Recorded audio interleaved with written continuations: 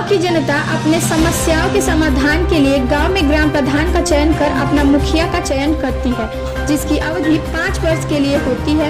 ऐसे में अगर कुछ ग्राम सभा के चयनित ग्राम प्रधान गांव के विकास के लिए कुछ कार्य करते हैं तो आने वाले चुनाव में भी वह अपना गांव का दोबारा प्रतिनिधित्व करते हैं, और अगर जनता की सोच पर सही नहीं उतरते हैं तो जनता उन्हें कुर्सी से उतार कर बाहर का रास्ता भी दिखाती है। ऐसे में न्यूज टीम द्वारा चलो गांव की ओर कार्यक्रम के तहत गांव की जमीनी हकीकत जानने तथा गांव की मूलभूत समस्याओं को जानने तथा नवनिर्वाचित ग्राम प्रधान गणों से संपर्क कर जानने का प्रयास किया गया, जिसके तहत टीम द्वारा देवरिया जनपद के ग्राम सभा कपवल, सोहसा, गुलहरिया सहित कुछ गाँव के ग्राम प्रधान गण से मिला गया तथा उनके विचार जाना गया। तो पेश है ऐसे उन गाँव की समस्याओं की कहानी नवनिर्वाचित ग्राम प्रधान गणों की जुबानी।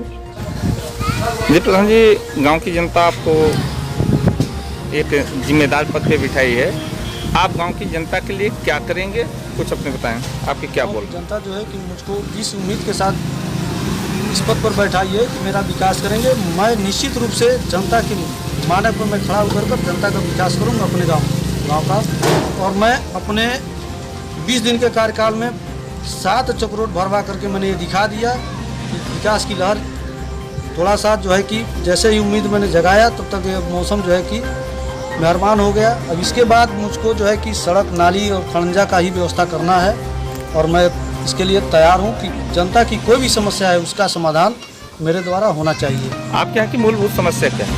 मेरे वहाँ मूलभूत समस्या जो है कि सड़क की है, उसके बाद से नाली की है, खड़ंजे की है। बहुत से ऐसे गरीब परिवार हैं जिनके पास आवास भी नहीं है।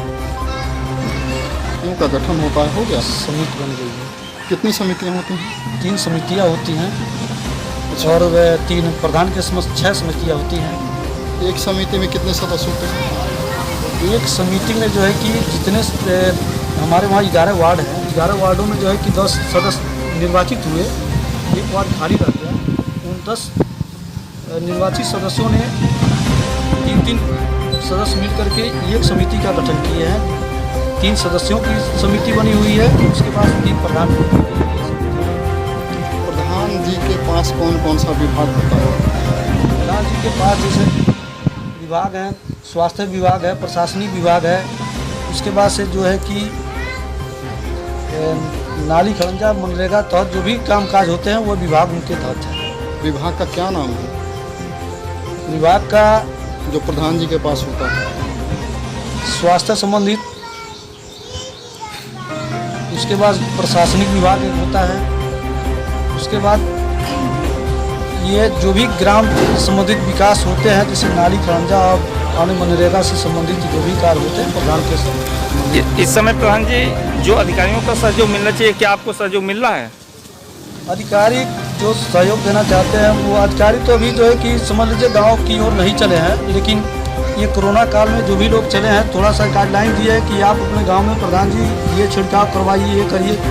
उसके लिए मैंने गांव को जो है 2 बार सैनिटाइज भी काम करवाया, और लगभग मेरे वहाँ जो है कोरोना के एक भी मरीज नहीं मिले। प्रधान जी, आखिरी सवाल आपसे, कोरोना के दरमियान देश के तमाम राज्यों से प्रवासी मजदूर अपने गाँव के तरफ पलायन कर चुके हैं, आप उनको रोजगार से कैसे? मैंने रोजगार से जोड़ने के लिए जैसे ही मनरेगा का कार्य मैंने शुरू किया, जो भी लोग दूर दराज से आए हुए थे जो बाहर कमाते थे, मैंने उनको जोड़ा, और जोड़ने के बाद उनको मैंने काम दिया।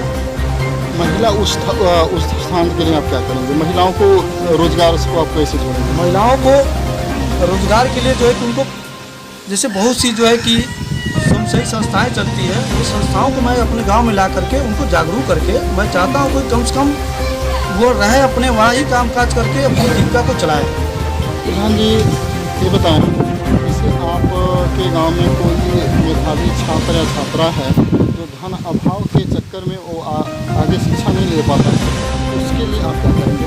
मैं ऐसे छात्रों का मैं तो संकल्पित हूँ कि मेरे वहाँ जो भी मेधावी छात्र हैं अगर वो पैसे का अभाव में नहीं पढ़ पाते हैं तो मैं उनके लिए सहयोग करने के लिए तैयार हूँ। मैं पैसा दूँगा और वो बढ़ें, आगे बढ़ें। और मैं ये भी संकल्प लिया हूँ कि कुछ ऐसे बच्चे हैं जो गांव के पैसे का अभाव में विद्यालय पर नहीं जा पाते, पढ़ नहीं पाते, मैं उनके लिए भी संकल्पित हूँ कि वह पैसे का अभाव में अगर शिक्षा से वंचित होते हैं तो मैं अपना एकदम खुला एकदम ऐलान किया हूँ ग्राम सभा में अपने कि आप लोग मेरे पास आइए, आपके बच्चे पढ़ेंगे, आगे बढ़ेंगे और जो भी मेधावी छात्र होगा उसके नौकरी या कहीं जाने पर अगर कंपटीशन में बैठना चाहता है, पैसे का अभाव नहीं बैठ पाता है तो हमसे पैसा ले बैठे और निश्चित तौर पर जो है कि सफल हो जाए। धन्यवाद जी नमस्कार, मैं विपिन सिंह ग्राम सभा सौंसा गुलरिया बाजार से सभा सौंसा का प्रधान हूँ। मेरी ग्राम सभा में 2300 कुछ मतदाताएँ हैं, जिसमें से 1600 कुछ मतदाताओं ने पोल किया था, जिसमें से 5 प्रत्याशी थे। 5 प्रत्याशियों में से 480 वोट हमने पाया था। हमारे विपक्षी प्रत्याशी से 123 वोट पाके हमने विजयी हुआ एवं फिर उसके बाद से 25 मई को शपथ ग्रहण मेरा हो चुका है। समिति गठन वगैरह सब फाइनल है। मनरेगा का काम सुचारू रूप से 7-8 चक्रोट निर्माण हमने कराया है और हमारे यहाँ मूलभूत समस्याएं चक्रोट, सड़क और नाली की समस्या है जो अति गंभीर है। उसको पूर्ण कराने के लिए हम भरपूर मदद अपने ब्लॉक स्तर से लेके जिला स्तर तक जो भी हमको करना पड़े अपने ग्राम सभा में करने के लिए तत्पर हम खड़े रहेंगे। जी आपका नाम? नाम सलांता देवी। जी यहाँ आप क्या? आप हमें बागा पार्क के प्रधान।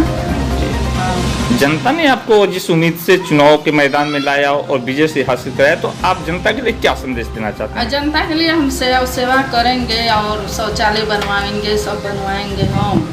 और जगह लोग जनता हमको जिताए हैं उनका वो लोग उनके सेवा करेंगे। तो आप ये बताइए कि कुछ मूलभूत समस्याएं आपके गांव की हैं, वो जानती हैं? समस्या तो नहीं कुछ है। यानी अभी समस्याओं का प्रयास करेंगी, हाँ। जानने का प्रयास जानने करेंगे। के लिए, हाँ। आप एक महिला ग्राम प्रधान हैं हाँ। और महिला उस स्थान के लिए आप क्या करेंगे?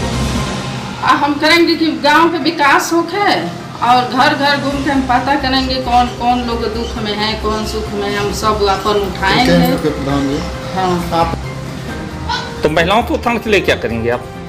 महिलाओं के लिए जो रहेगा सेवा वो करेंगे। उनको रोजगार से कैसे जोड़ेंगे? और रोजगार से महिलाओं को रोजगार सब कैसे देंगे? आज समूह के लिए इकट्ठी करके मिलवा के और